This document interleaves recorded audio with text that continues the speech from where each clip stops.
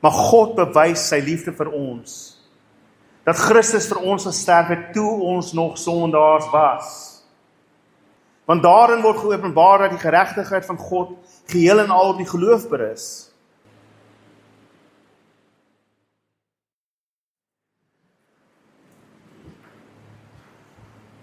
Voordat ons uit die woord lees, wil ek dan nou eers vanoggend vir Tannie Annetjie sê geluk met haar verjaarsdag die 3de.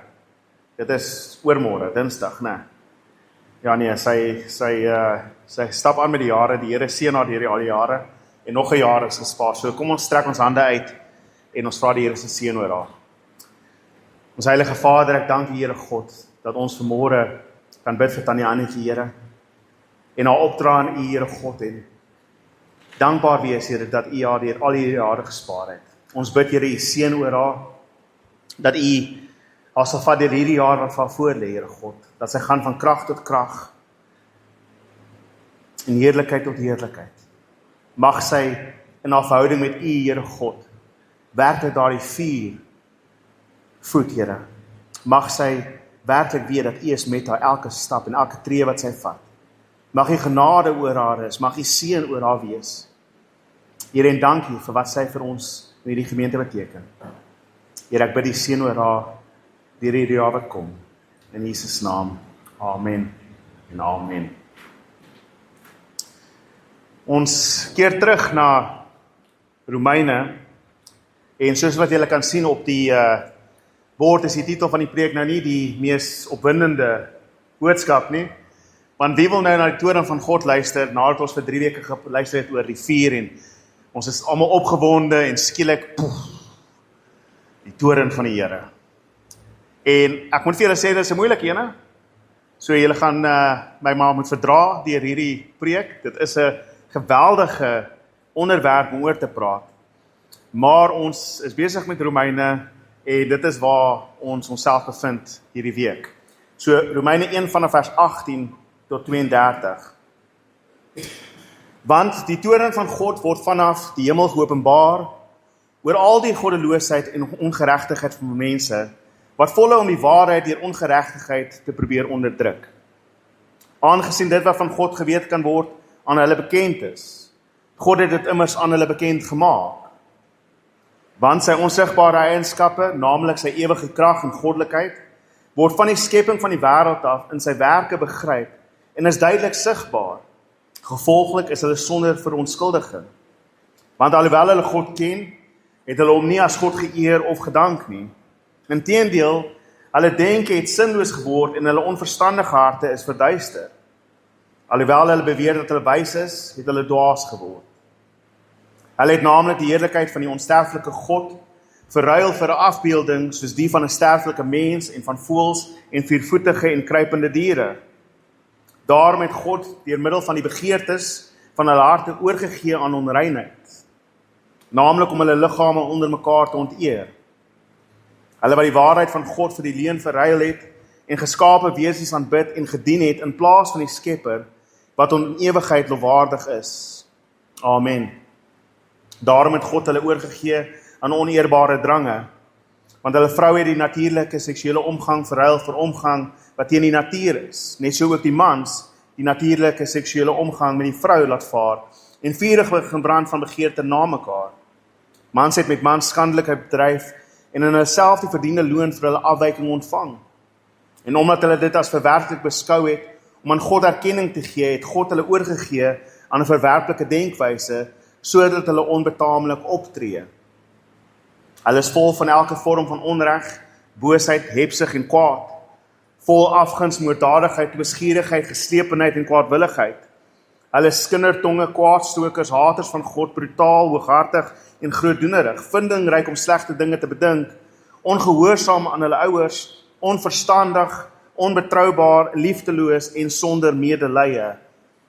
Mense wat die voorskrif van God ken, naamlik dat die mense wat hierdie dinge doen, die dood verdien. Tog doen hulle dit nie net nie, maar hulle praat dit boonop goed, wanneer ander dit doen. Vader, terwyl ons hier na U woord toe kom, en hierdie harde boodskap lees, Here, mag ons harte nog steeds gerig word tot u goedheid, u grootheid en die liefde en die genade. Here, alhoewel die onderwerp van vanmôre se boodskap oor die toorn gaan, Here, vra ek dat u ons harte sal bewaar, Here God, en sal vashou in Jesus Christus vanmôre. Kom, Heilige Gees, en openbaar aan ons die waarheid vanmôre. En Here Jesus, mag u geëer word in alles. Amen. Nou, soos julle kan sien, is dit nie 'n onderwerp waaroor mens ligtelik kan praat nie. En net om vooraf te sê, ek gaan probeer om dit so PG as moontlik te hou, sonder om in enige besonderhede in te gaan. So, ek gaan nie die dinge op sy name noem nie, dis nie omdat ek bang is om dit op sy naam te noem en die sondes waarvan gepraat word nie. Ek is seker julle almal weet waarvan gepraat word wanneer ons die dinge lees. En so terwille van jong ore en onskuldige denke, sal ek dit so lig as moontlik in daardie sin hou, sonder om weg te vat van die boodskap wat wel hierin bevind is. En wanneer ons praat oor die toorn van God, terwyl ek besig was om weer eens deur dit te lees, besef ek net dat baie keer is daar regtig twee reaksies wat ons het. Daar's mense wat kyk na hierdie en sê, maar hierdie klink soos die Ou Testamentiese God. Hierdie klink soos 'n God wat in die Ou Testament, ons is verby met hierdie dinge. Ons is verby met die toorn van God. Die vloed het gebeur en al daai dinge wat in die Ou Testament is verby. Ons lewe nou in die tyd van genade en so ons hoef glad nie te praat eers oor die toorn van God nie, want dit maak nie saak in die tyd waarin ons onsself bevind nie. En so ons praat eerder oor die mooi dinge, ons praat oor die liefde en die genade van God wat ons in Christus Jesus het. En ek wens ek kan elke Sondag oor dit praat, maar ons moet partykeer praat oor dit. Dan is daar ander mense wat heeltemal te lekker kry wanneer hulle hoor van die toorn van God en dink, daar's hy, kry vir julle. Die wêreld verdien alles wat hy ondervind. Die wêreld word gestraf, ons sien dit. Al die oorloë wat uitbreek, al die rampe wat die lande tref. Ons word amper bly wanneer daar 'n ramp 'n land tref. Ja nee, hulle verdien dit, want hulle is onheilig. Hulle is sondaars.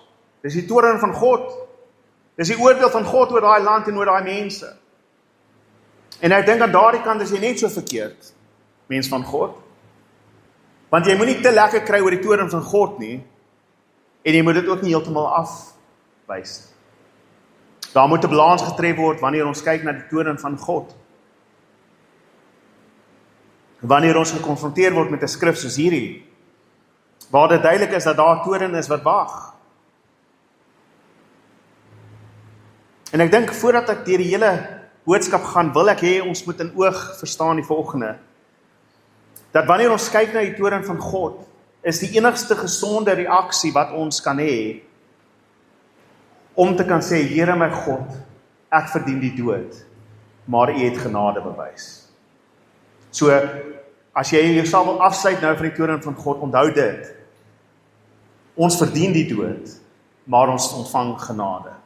Maar om te weet hoekom ons genade ontvang, moet ons weet hoekom ons die dood verdien. Ons moet die een verstaan, sodat ons die ander een kan begryp. As daar net genade is, dan, as daar geen toorn is nie, dan is daar nie genade nie. Genade is juist daardie liefde van God wat ons ontvang, terwyl ons dit nie verdien nie. Ten spyte van wat ons wel verdien. En so ons reaksie moet wees om te kyk na dit en sê, o Here, ek wil nie onder hierdie mense getel word nie. Maar ek vind myself onder die skindertonge en die twisgierigheid en al die ander dinge wat genoem word.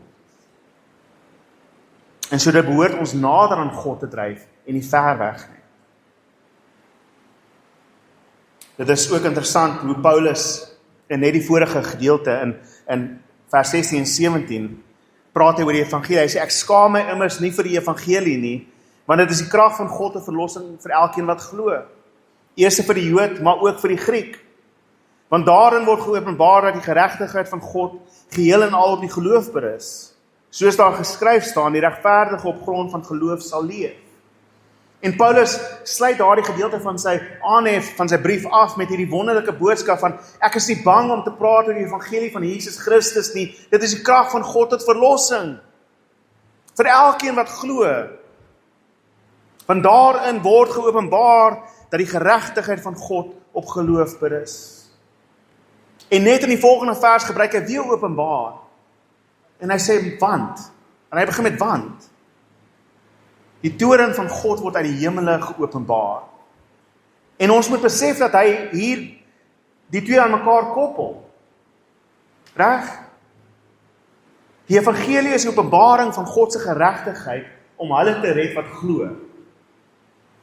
Terwyl die toorn van God die openbaring is van God se geregtigheid om te oordeel. Daar is die oordeel en die verlossing. En ons moet altyd verstaan om te weet wat aangaan. In die evangelie word die geregtigheid van God geopenbaar en in sy toorn word die geregtigheid van God geopenbaar. Paulus gaan vir die volgende 3 hoofstukke praat oor God se regverdigheid om te oordeel. God se regverdigheid om te doen wat hy doen. En dit is moeilik om te praat oor die toorn van God. En ek dink, een van die redes hoekom ons baie keer sukkel met die toorn van God is, ons het die idee dat die toorn van God beteken net dat hy kwaad is. Ons het hierdie gedagte, dis asof die Here net skielik woedend raak en iets doen. Uit nêrens uit kom dit nie. Dit is, ons koppel ons menslike idee van toorn aan God.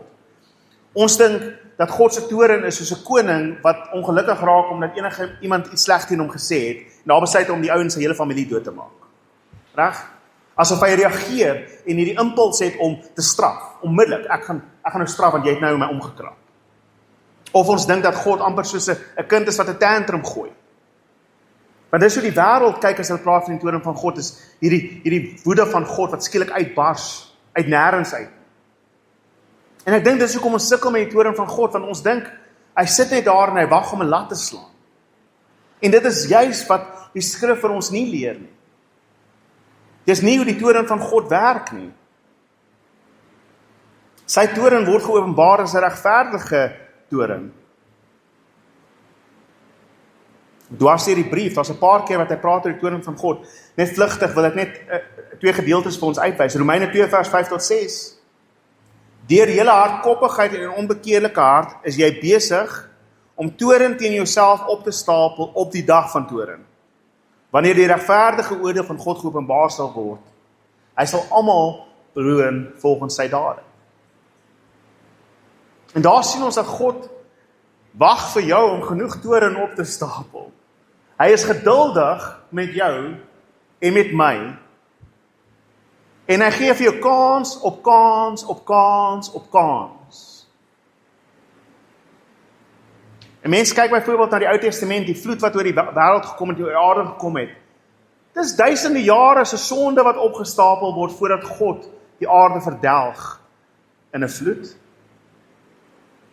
Toe God aan Abraham sê dat jy gaan hierdie land inneem, sê dat hierdie volke wat nou in die land leef, hulle sonde is nog nie vol genoeg nie. Want hulle sonde vol genoeg is, gaan ek hulle uit die land uitgooi en dit vir jou en jou nageslagte gee. 400 jaar wat God geduldig vir daardie Kanaaniete kans gee om reg te kom. Ons kyk na Sodom en Gomorra en ons sê, ja nee, kyk, dit het sommer skielik gebeur. Nee, dis jare en generasies van sonde wat opstapel. God se toorn is nie iets wat in 'n oomblik skielik uit woede uit gebeur nie. Dit is, hy's geduldig, en hy's geduldig, en hy's geduldig, en jy stapel toorn op. En die dag wanneer hy oordeel, dan kry jy alles. Die volle oordeel. In Romeine 9 vers 22 sien ons ook die geduld.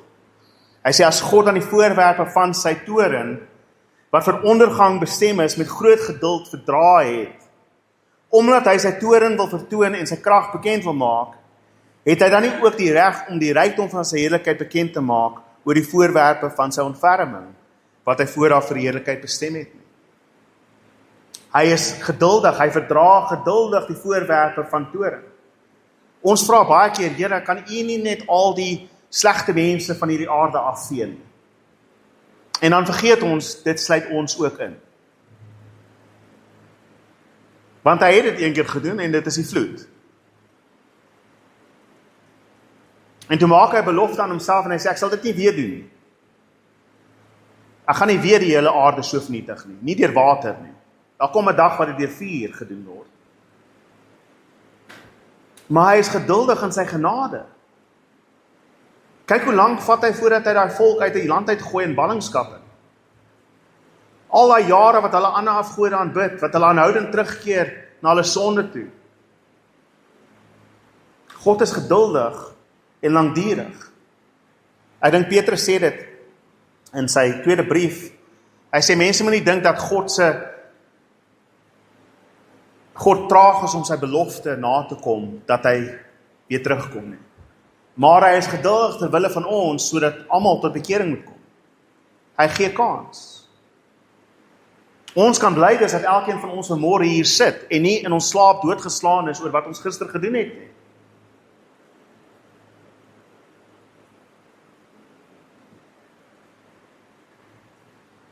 Die toorn van God is nie 'n oomblik se woede nie, maar is God se geregtigheid wat geopenbaar word oor die sonde van die mens. Nou wanneer hy in hierdie gedeelte sê, hy sê want, nou in ons 2020 vertaling se woord want nie daar nie, maar in die Grieks is dit. Want die toorn van God word vanaf die hemel geopenbaar oor al die goddeloosheid en ongeregtigheid van die mense. Gebruik hy daardie teenwoordigheid. Hy sê nie dat die toorn van God gaan geopenbaar word aan die einde. Paulus, interessant sê, die toorn van God word nou geopenbaar oor alle goddeloosheid en ongeregtigheid. En ons kan dalk vra, maar waar is die toorn? Bedoel hy hierso dat wanneer 'n ramp 'n land tref, dit is nou die oordeel? Nee, dis nie wat hy sê. Bedoel Paulus dat op een of ander manier sien jy nou al die straf van die Here op mense se lewens? In 'n sekere sin partykeer ja, maar nie eintlik nie. Hy sê die toorn van God word geopenbaar uit die hemel oor alle goddeloosheid en ongeregtigheid. En ons sien in vers 20 tot 23 sien ons die rede vir God se toorn. Hoe word God se toorn geopenbaar? En wat is die rede hoekom die Here sy toorn openbaar? Hy sê dit vers 19. Wel, hy sê dit in dieselfde vers. Die voorwerpe van toorn is die mense wat volhou om die waarheid deur ongeregtigheid onderdruk. Nie net dat mense nie weet wie hy is nie, die feit dat mense weet wie hy is en dit onderdruk. Want aangesien, sê in vers 19, dit wat van God geweet kan word, aan hulle bekend is. Want God het dit immers aan hulle bekend gemaak. En nou mag mense sê, maar hoe het God homself bekend gemaak aan mense? Mense wat in die Amazone bly, wat vir jare nog nooit gehoor het van die evangelie nie, hoe sal hulle ooit weet? Mense wat nog nooit die Bybel gehad het in hulle hande nie, hoe weet hulle wie God is? En tog sê Paulus hier met alle oortuiging, hulle weet. Want die ewige krag van God is geopenbaar in die dinge wat hy gemaak het. En ons praat hier van die openbaring dat as jy net rondom jou kyk met 'n gesonde verstand, met die eenvoudigheid van wat rondom jou aangaan, behoort jy te besef, daar is iemand wat alles gemaak het. Jy het 'n spesiale onderrig nodig om vir jou te sê dat hierdie uit niks uit ontstaan. Reg? Om te dink dat al hierdie dinge wat jy sien en al die diversiteit in die natuur het op een of ander manier deur kans en wat sou ook al kosmiese verrassing gebeur, is sinneloos. En 'n mens sien dit in die geskiedenis, dat al die nasies het een of ander konsep, een of ander tyd gehad van wie God is. Daar is 'n opperheer, daar is iemand, 'n opperwese, wie ook al hulle sy naam gee, daar is iemand wat alles gemaak het.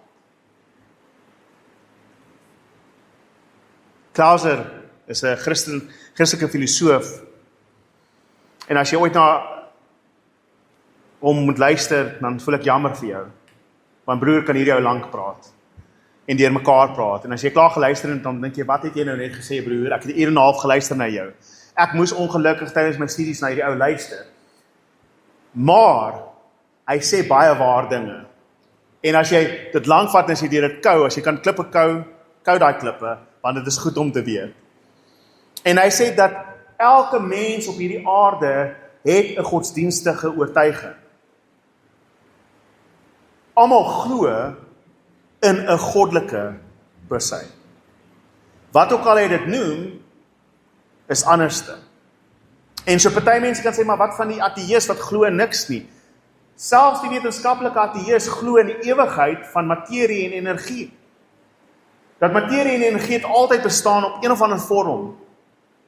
En vir hulle is dit dan eintlik die goddelikheid. Want dit is wat goddelikheid beteken. Iets wat by homself bestaan en nie afhanklik is van iets anders nie. En so almal het een of ander idee dat daar iets is wat onafhanklik van alles anders moet wees om die aarde te gemaak het. Al die nasies deur al die eeue heen het dit geweet.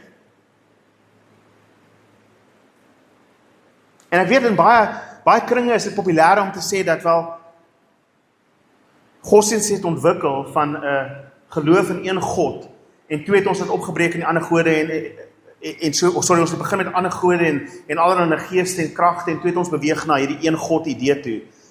Maar as jy kyk na wat geskiedenis wys, is dit nie. Ons almal het begin by die geloof in een God en toe gooi ons goeders tussenin. En dis wat Paulus hier sê, dat terwyl hulle geweet het wie God is, dat hy magtig is, dat hy ewig onafhanklik is van die skepping, het hulle besluit om eerder die skepping te aanbid as die skepper. Hulle het besluit dat dit beter is vir ons om iets tussen ons en hierdie God te sit. Want dit is makliker. En dis die begin van die probleem. In Handelinge 7 vers 42 maak Stefanus dit duidelik, hy sê toe die volk uit Egipte uitgekom het, die eerste ding wat hulle doen, nadat hulle God se openbaring ontvang het, is om wat te doen? Kom ons bou 'n goue kalf. Dis die beste idee wat ons het as 'n volk. Kom ons bou 'n goue kalf en aanbid hierdie ding. Nadat ons gehoor het, ons moenie. Nadat ons gehoor het dat God alles gemaak het, dat hy die God is wat alleen aanbid moet word, is ons eerste reaksie, goue kalf, ek kies jou. Dis die mens. En dan sê Stefanus verder, en so God het hulle oorgegee om al die hemelliggame te aanbid. En nie een van daai generasie het die beloofde land ingegaan nie. Julle wil mos iets anders aanbid? Daar's hy. Aanbid dit dan. Deuteronomium 32 sien ons dat God het die nasies oorgegee om al die ander hemelliggame ook te aanbid. Want die mens besluit in sy hardkoppigheid, ek wil nie die God aanbid wat alles gemaak het nie. Ek soek 'n tussenganger. Ek sal eerder 'n stuk hout aanbid as die God wat die hout gemaak het. Ek sal eerder die diere aanbid of mense aanbid. En ek dink dit is iets wat ons moet besef, wat Paulus hier vir ons leer, want voordat hy gaan praat oor al die ander sondes, begin hy by die punt, waar begin sonde? Sonde begin nie by die lekker kry van sonde nie, sonde begin by die verwerping van God. Dis waar sonde begin. En dit is belangrik vir ons, wanneer ons besef dat wanneer ons evangeliseer, kan ons evangelisasie nie begin by hou op sondig nie. Dit kan nie. Dit help nie ons maak meer wette nie. As daar net meer reëls is, as die mense meer wette het en hulle self kan beperk dat hulle nie hierdie dinge doen nie, dan sal die sonde ophou. Nee. Die probleem is nie die sonde nie, die probleem is die verwerping van God. En dit is daardie verwerping van God wat na die sonde lei. En so ons evangelie moet begin by jy het die Here nodig. Jy moet terugkeer na die Here toe. Dis die beginpunt van ons verlossing. Want die vrees van die Here is die begin van wysheid.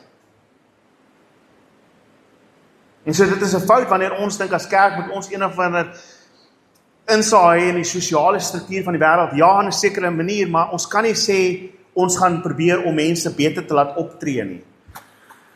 Dit werk nie.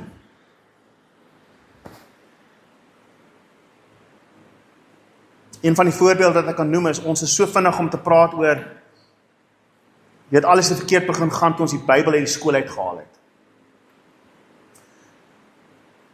Daai is 'n gevolg, daai is 'n oordeel, daai is die woord van God geopenbaar. Dit het begin toe ons nie meer God in ons huis het nie. Toe ons nie meer saam met ons kinders bid nie.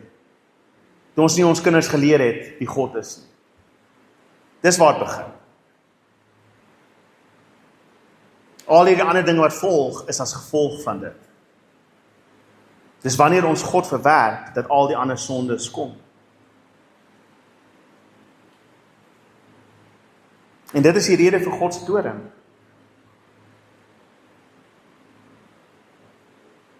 Is dit nie wat Eva gedoen het in die tuin nie? Geluister na die slang in steede van God? Ek wil soos God wees. En toe slaan daai een kind die ander kind dood. En toe gaan ons net al hoe verder in sonde tot op 'n punt waar God sê, ek moet hierdie aarde uitwis, want selfs die engele het hulle self oneer met hierdie dogters. En God vernietig die hele aarde in 'n vloed. Red een familie uit al die duisende, miljoene mense wat op die aarde op daardie stadium is. Geef hulle 'n paar generasies en ons bou toring en sê ons wil soos God wees. En God moet hulle taal meng. En God roep vir homself 'n familie uit hierdie afgode dienaars uit. Abraham. En Abraham is nie die beste ou nie, maar hy glo daarin. Lieg 'n paar keer. Sy seun Isak is maar net daar. Sy ander seun Jakob, verskriklike mannetjie, maar hy glo daarin. En hy kom reg aan die einde. En so sien ons aanhoudend. Ons kan nie wen nie, ons kan dit nie reg kry nie. Dit begin by verwerping van God. Dis waar dit begin. Dit begin by die weghardloop van hom af.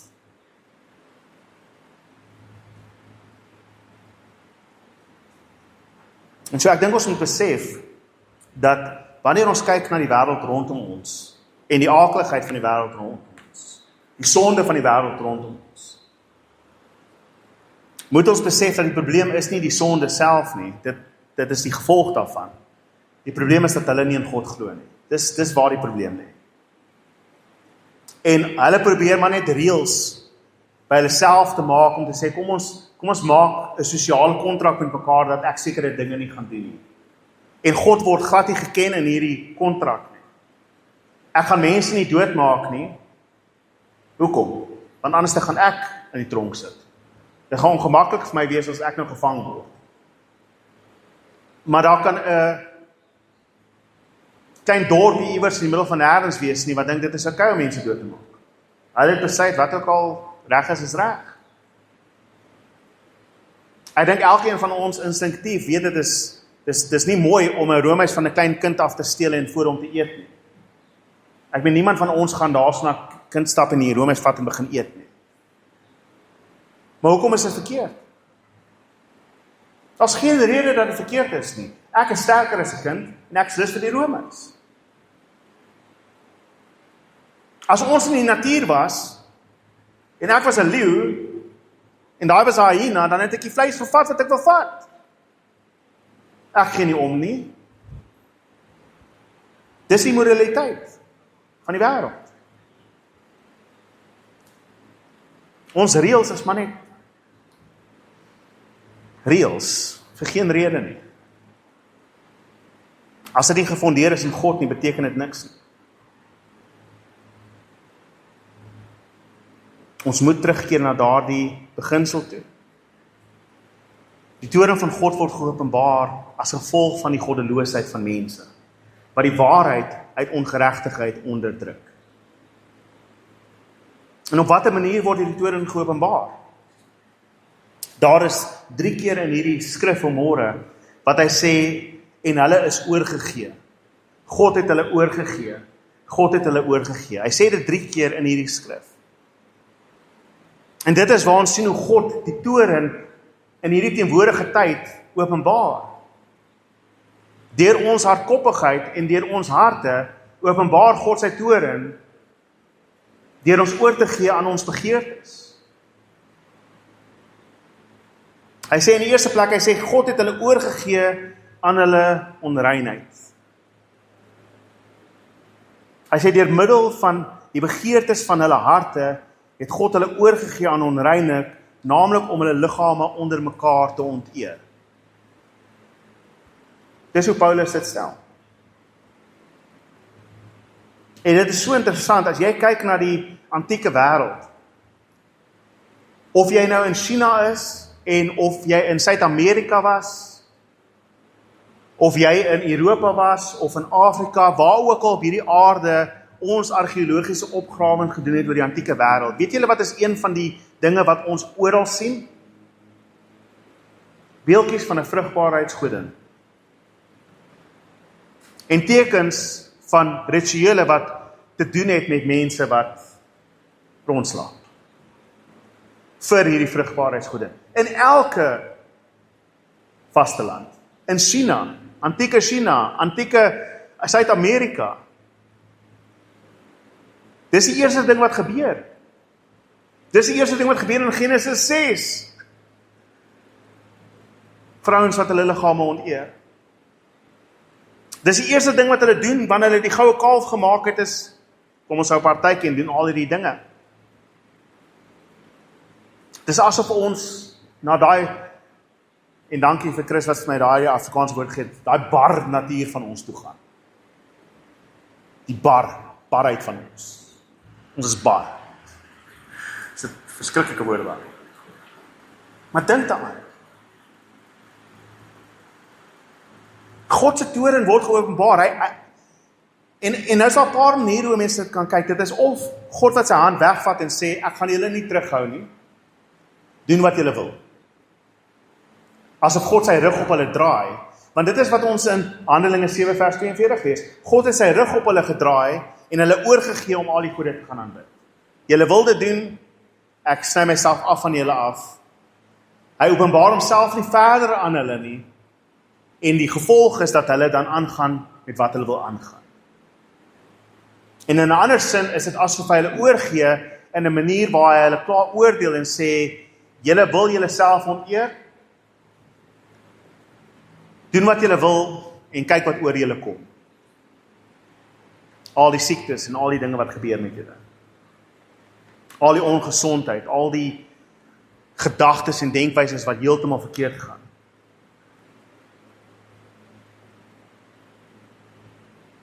Ons kyk na daar rondom ons, dis die tekens van die tye, kyk hoe sleg is die wêreld. Broer en suster, die wêreld is sleg van die begin af. Daar is tye wat God in sy genade ons terughou van die ergste weergawe van onsself.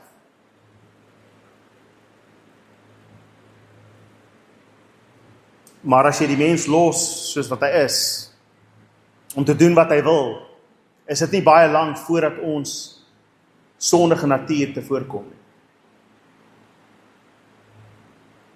Dit wat ons sien rondom ons in die moderne tyd is nie nuut nie. En inteendeel is 'n oordeel. Dis God se toren oor 'n nasie wat weggegaan het van God af. Mense wat opgehou het glo in God.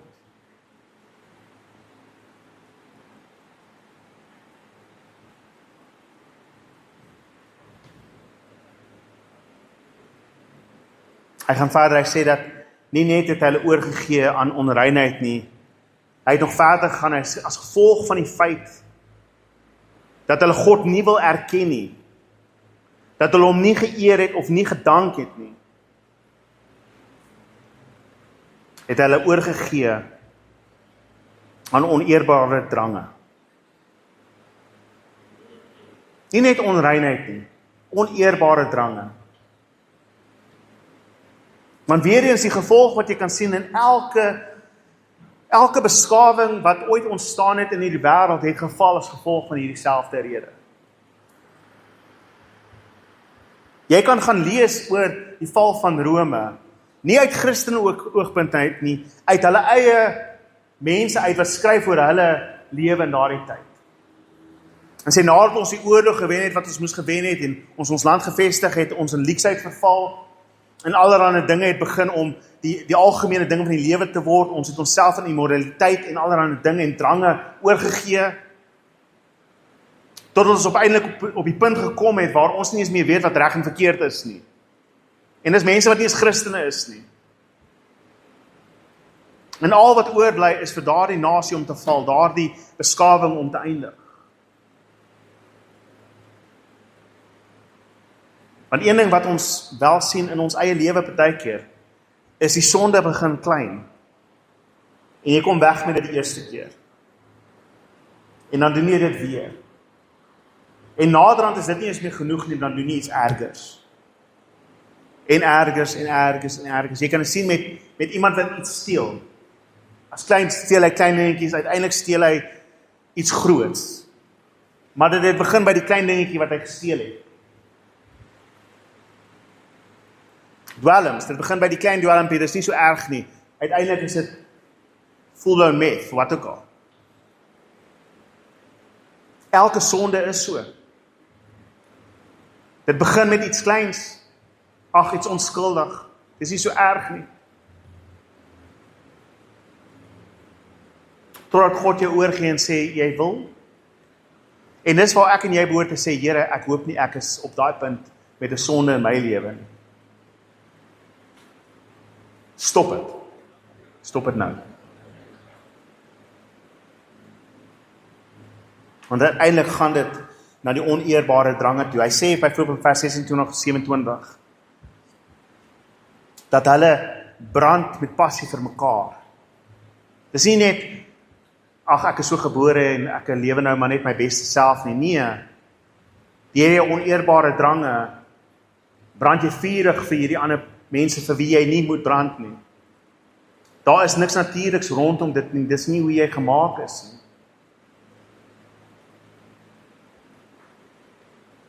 God het jou nie so gemaak. Ons het besluit in ons eie oneerbaarheid, en partykeer is dit as gevolg van ander mense se oneerbaarheid wat dit aan ons veroorsaak het.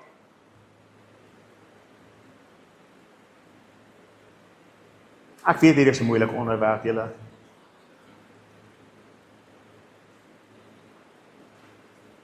Maar as ons nie eerlik is met die wêreld oor wat reg en verkeerd is nie, dan doen ons nie wat ons moet doen nie. Ek dink die ergste waarskuwing in hierdie hele gedeelte is die laaste vers.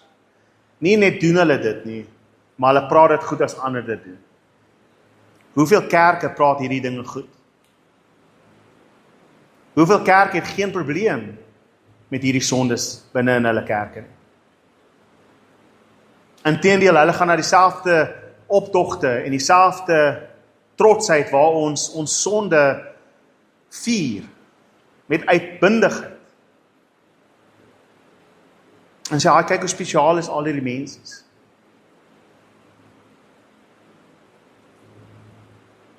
Ek kan verstaan as die wêreld dit doen, maar die kerk, sjoe.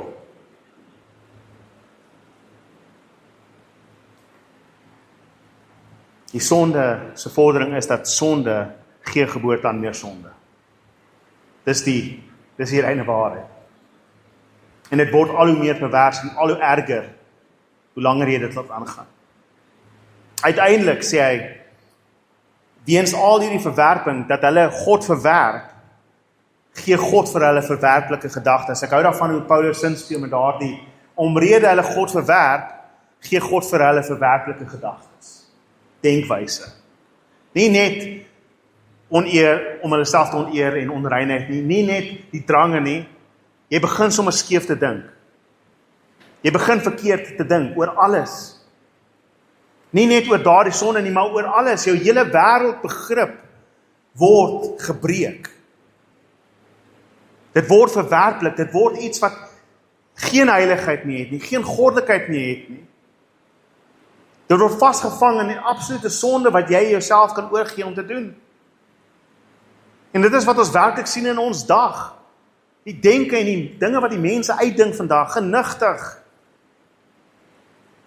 Ek sê dit tong in die kies, maar ek dink partykeer dink die duiwel, sure, ek het nie eens daaraan gedink nie. As hy kyk na wat sekere mense aanvang.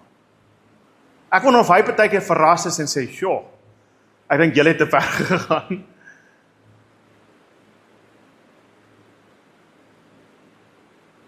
Verwerplike denkwyses. Want mense sien dit as verwerplik om God erkenning te gee. En die waarheid is dit wat Paulus sê, dat God is die skepper van alles en hy moet gehoorsaam word.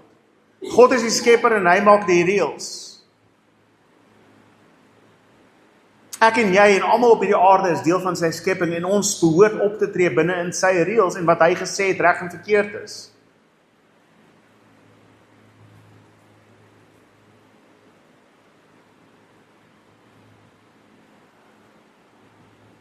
Dit gaan nie oor ons eie identiteit en ons eie gemak nie.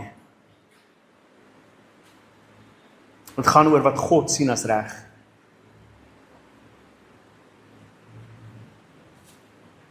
En ons mag dalk hier so sit. En jy mag dalk luister na die boodskap en dink, hierdie is nou 'n bietjie te ver. Ons wil nie praat oor dit nie, ons wil nie praat oor sonde. En ek pleit by jou, keer terug na God toe. Want die rede hoekom jy ongemaklik voel is omdat jy nie by God is.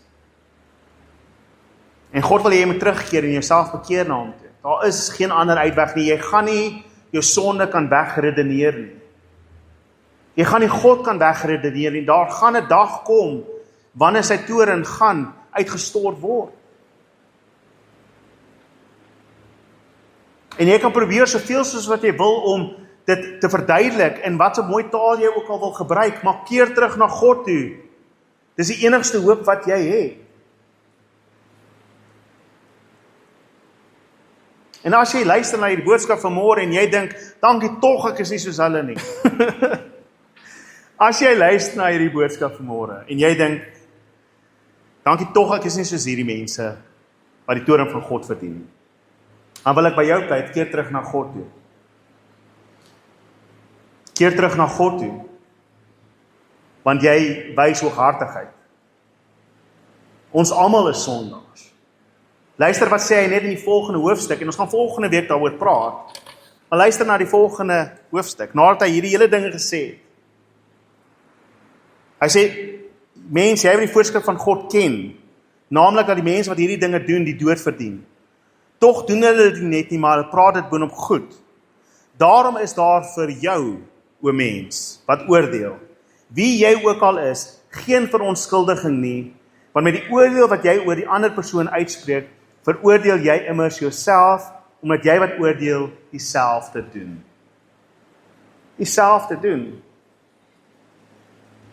En so ek pleit by jou, as jy dink dat die toorn van God te erg is, keer terug na God toe, en as jy dink dis nie erg genoeg nie, keer terug na God toe. Want op die einde van die dag, wat Paulus wil hê ons moet die besef, en dis hoekom hy begin het met, ek skaam my nie vir die evangelie nie, is dat terwyl ons besef hoe ver sonde vorder in die mensdom, hoe erg ons kan wees, as ons oorgelaat word aan ons sonde. En dit is my so fascinerend, dat hy daar so dinge noem soos kindertonge, mense wat toos. Nie net die erg sondes nie, al hierdie goeders. Dis 'n denkwyse wat bar is. Dis 'n denkwyse wat van God af vervreem is. En almal van ons verdien uiteindelik om te sterf. Dis wat hy sê in die laaste vers. Dat ons behoort te besef, dat hulle wat hierdie dinge doen, doodgemaak word. En daarom,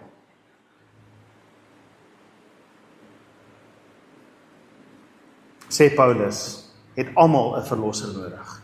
Daar is nie een mens op hierdie aarde wat sonder Jesus Christus verlos kan word. Want elke mens as hy oorgelaat word aan sy begeertes, gaan wys hoekom ons verlossing nodig het. Die oomblik as ons die kans gegee word om vry te wees en ons eie dinge te doen, dan doen ons die verkeerde ding. En so ons almal het gesondig en ons almal het 'n verlosser nodig. En daarom is die hoop, en ek wil hê ons moet eindig met hoop. Ek wil nie hê ons moet eindig met toorn van God nie. Daarom lees ons in Romeine 5. Maar God bewys sy liefde vir ons. Dat Christus vir ons gesterf het toe ons nog sondaars was. Hoeveel te meer sal ons dan deur hom van die oordeel, en dis dieselfde woord wat vir toorn gebruik word is hierso, van die toorn gered word, nou dat ons deur sy bloed geregverdig is. En broers, as ek en jy moet besef, ons evangelie kan nie wees om vir mense te gaan skree op die straat en sê, hou op sondig nie. Hou op om daardie dinge te doen nie. Dis nie ons evangelie nie. Ons evangelie is, ek en jy is sondaars. En ons het Christus nodig wat gesterf het vir ons sonde. En hulle wat aan hom glo, word vrygespreek en word aangeneem as kinders van God. Dis waar ons evangelie is. Dit kan nooit wees, broer en suster, of vreemdeling daar buitekant, jy gaan gestraf word vir daai sonde van jou nie. As dit ons evangelie is, kan ons nou ophou praat. Dit behoort te wees, ons almal verdien die toorn van God en die oordeel van God, want ons het oortree in sy skepping. Elke een van ons, ek sowel as jy. Maar, terwyl ons sondaars was, het Christus vir ons gesterf, en vir jou gesterf, om te betaal vir daardie sonde, om jou te verlos van daardie sonde, om jou te verlos van daardie natuur. En so ek pleit by jou, keer terug na God toe, deur Christus Jesus. Keer terug na God toe. Amen. Vader, ek vra nou, Here, dat U ons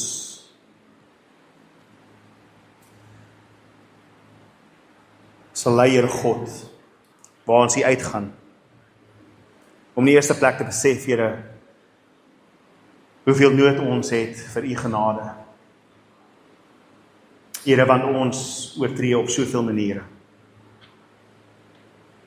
Maar dankie, Here, dat ons kan weet dat ons verlos is, nie in ons eie regverdigheid nie, maar in die geregtigheid van Christus wat gesterf het vir ons terwyl ons sondaars was.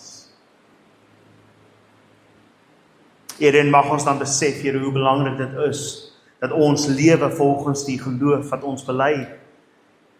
Dat U het ons gekoop en ons behoort daarom aan U.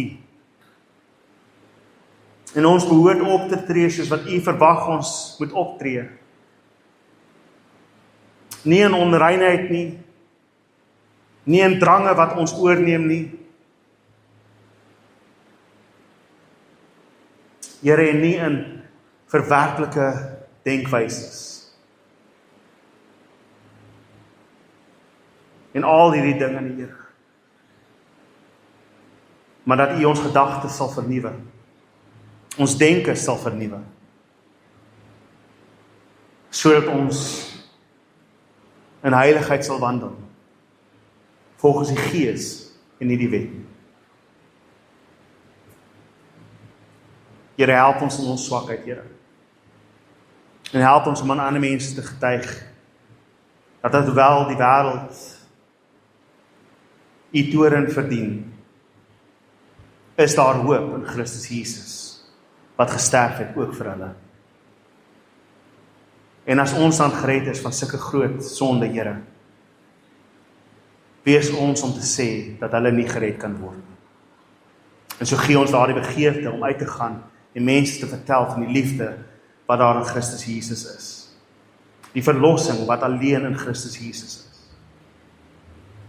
Gee ons die vrymoedigheid om hierdie evangelie te verkondig. Ek bid dit in Jesus naam. Amen en amen. Dankie broer en suster, gaan in die seën van die Here. En kom ons gee ag op dit wat gesê is. Amen.